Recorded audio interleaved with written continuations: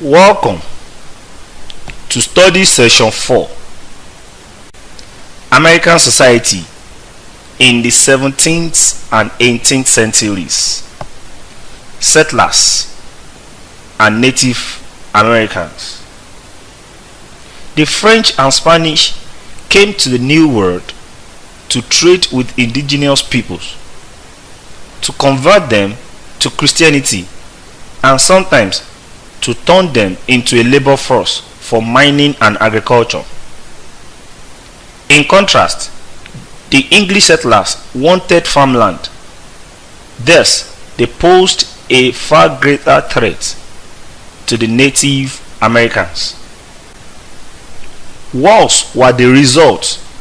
In New England, a Wampanoag chief named Metacomet, the English called him King Philip, became worried about English intrusion on his land and ordered attacks on the settlement in 1675.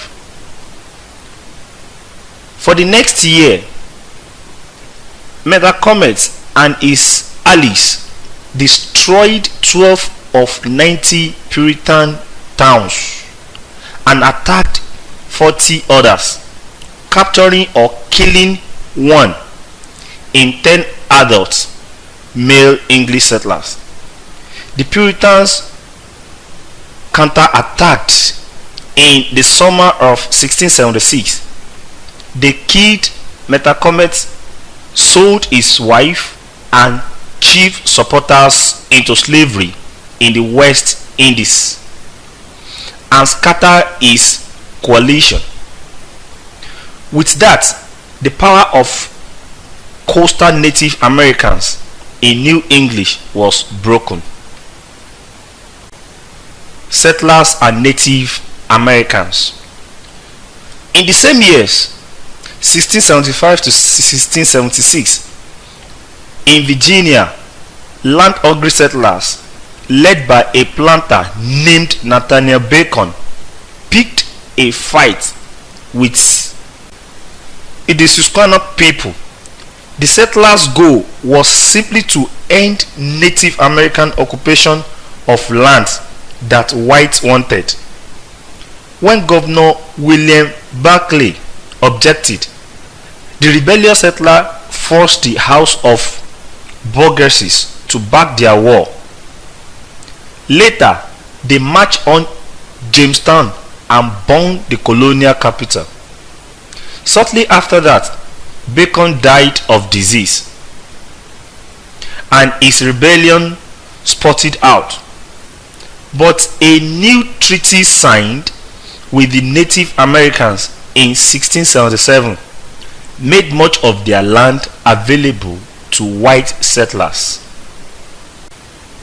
Mortality rate. Chesapeake tobacco growers needed able-bodied servants.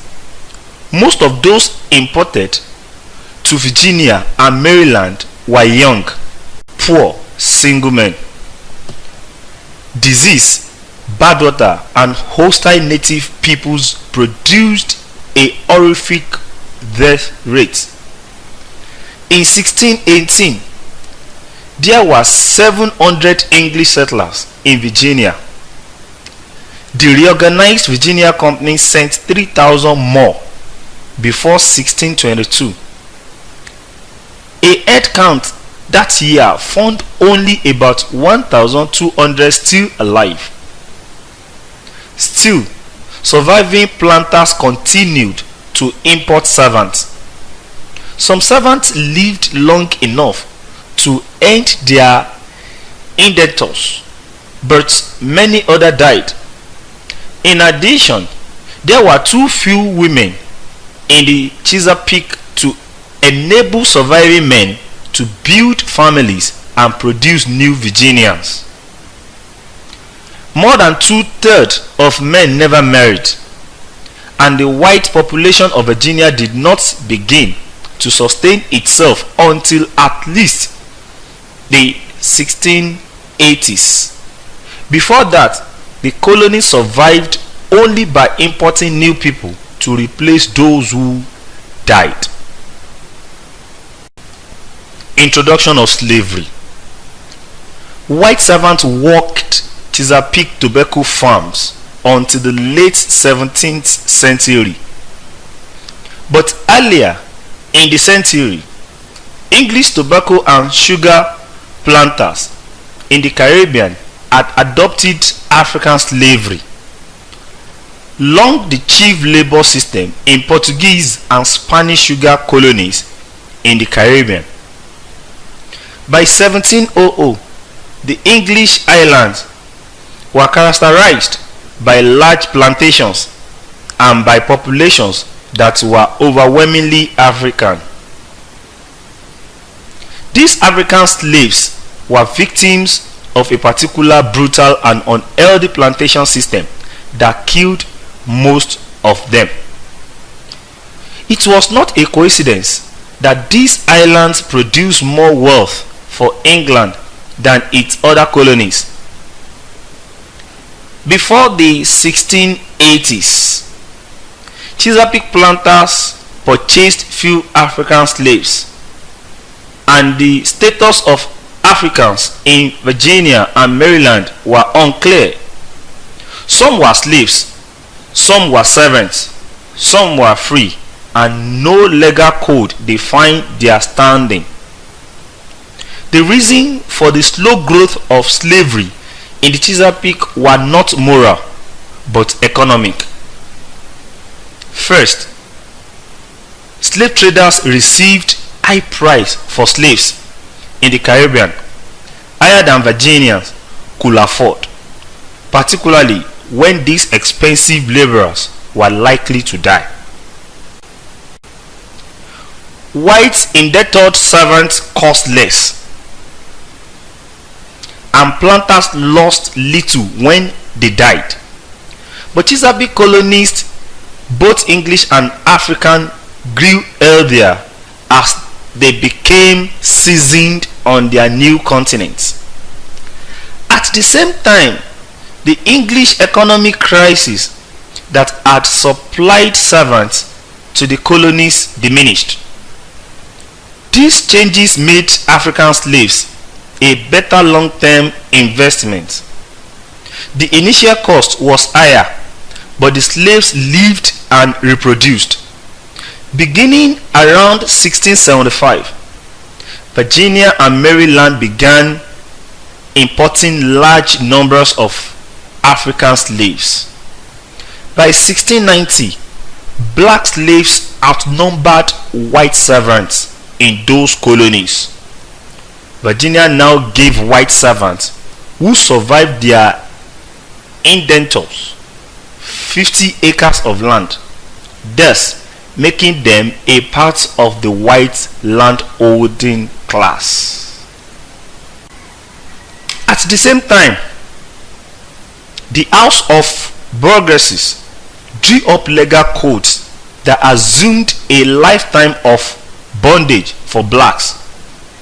In the early 18th century, the Chesapeake emerged as a society of planters and small farmers who grew tobacco with the labor of African slaves. There had been slaves in Virginia since 1619, but it was not until nearly 100 years later that Virginia became a slave society. Colonial society. The colonies over which the English were beginning to exercise control were growing rapidly. In 1700, approximately 250,000 Europeans and Africans were living in what would become the United States. In 1775, there were approximately 2.5 million. Much of the increase was due to immigration. The first migration of enslaved Africans and the willing migration of English, Scotch Irish and Germans. The middle colonies were much more diverse than the northern colonies. The English majority contended with a variety of European settlers, with a large Native American presence on the western edges, and with a significant minority of African slaves. In Maryland and Virginia, the early English settlers had been joined, particularly in the western countries, by Scots, Irish, and Germans. In the eastern counties, African slaves, many of them native of Africa, often outnumbered whites. South Carolina and Georgia had white population as diverse as those in Chesapeake, and their slave populations were African born and ethnically diverse. One historian has noted that a slave will have met more different kinds of Africans in one day in South Carolina rice field than a lifetime in Africa. By far the greatest source of population growth, however, was a phenomenal birth rate and a relatively low death rate. Americans in the 18th century had many children, who in turn survived to have children of their own. American population growth in these years may have been unprecedented in human history. The household was the central institution of colonial society. In Puritan society, in particular, families were the cornerstone of godly government. As one historian put it, Puritans experienced authority as a hierarchy of strong fathers, beginning with God, descending down through government officials and ministers, and ending with the fathers of families. These families were patriarchal. Fathers ruled household, made families decisions, organized household labor, and were the representatives of God's authority within the family. Fathers passed that authority on to their sons. Puritan magistrates inspected families to ensure that they were orderly, and it was a capital crime, at least in the law books, to commit adultery or to strike one's father. Households in other 18th century colonies may have been less godly, but they were almost equally dominated by fathers, and most white men had the opportunity to become patriarchs.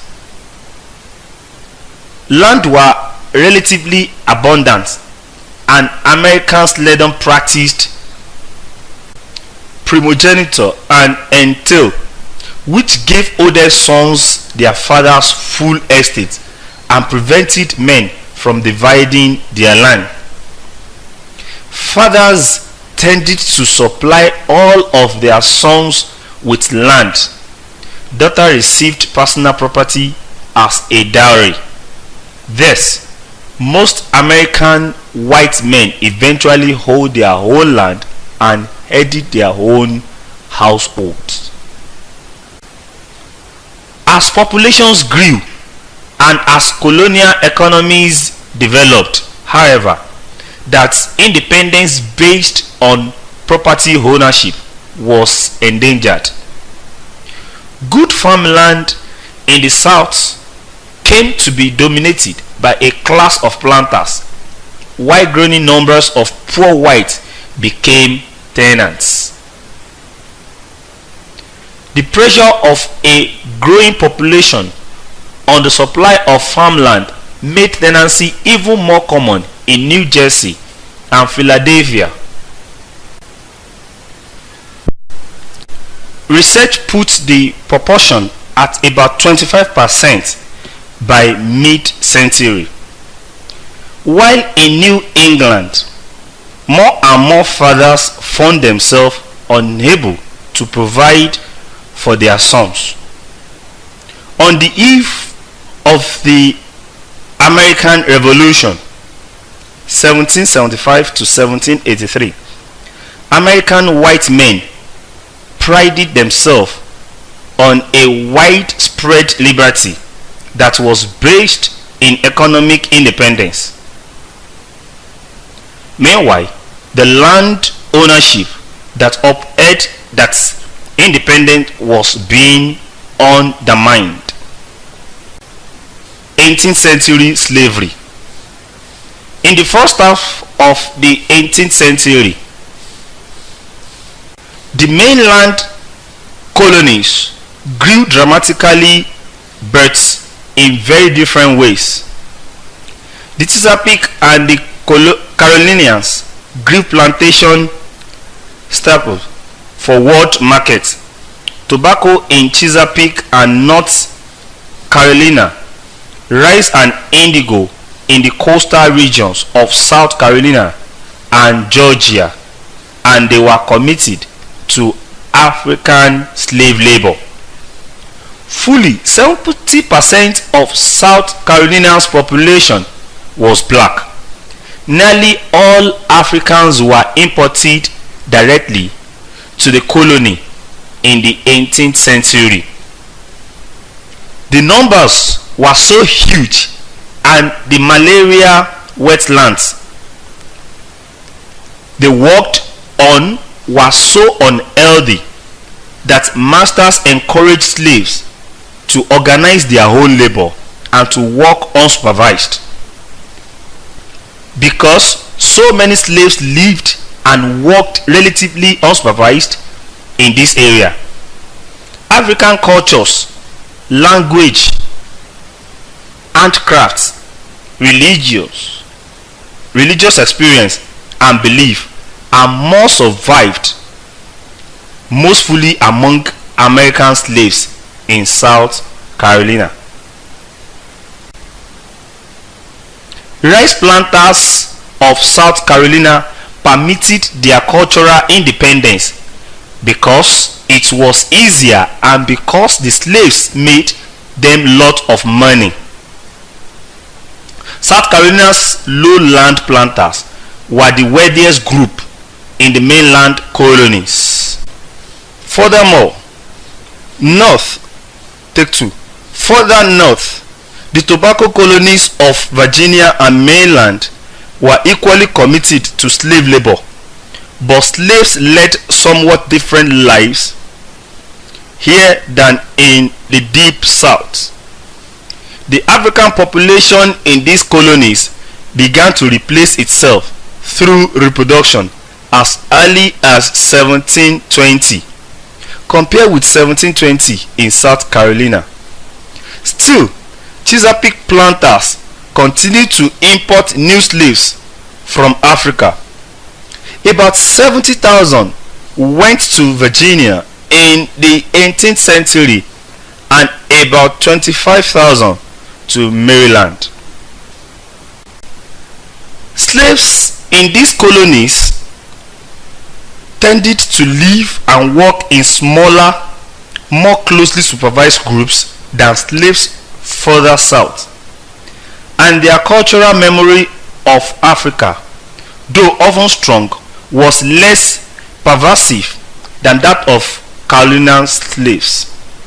In addition, white Virginians and Marylanders were turning to wheat as a secondary crop, a development that required mills and towns, and thus slave labor in construction, road building, and some of the skilled crafts.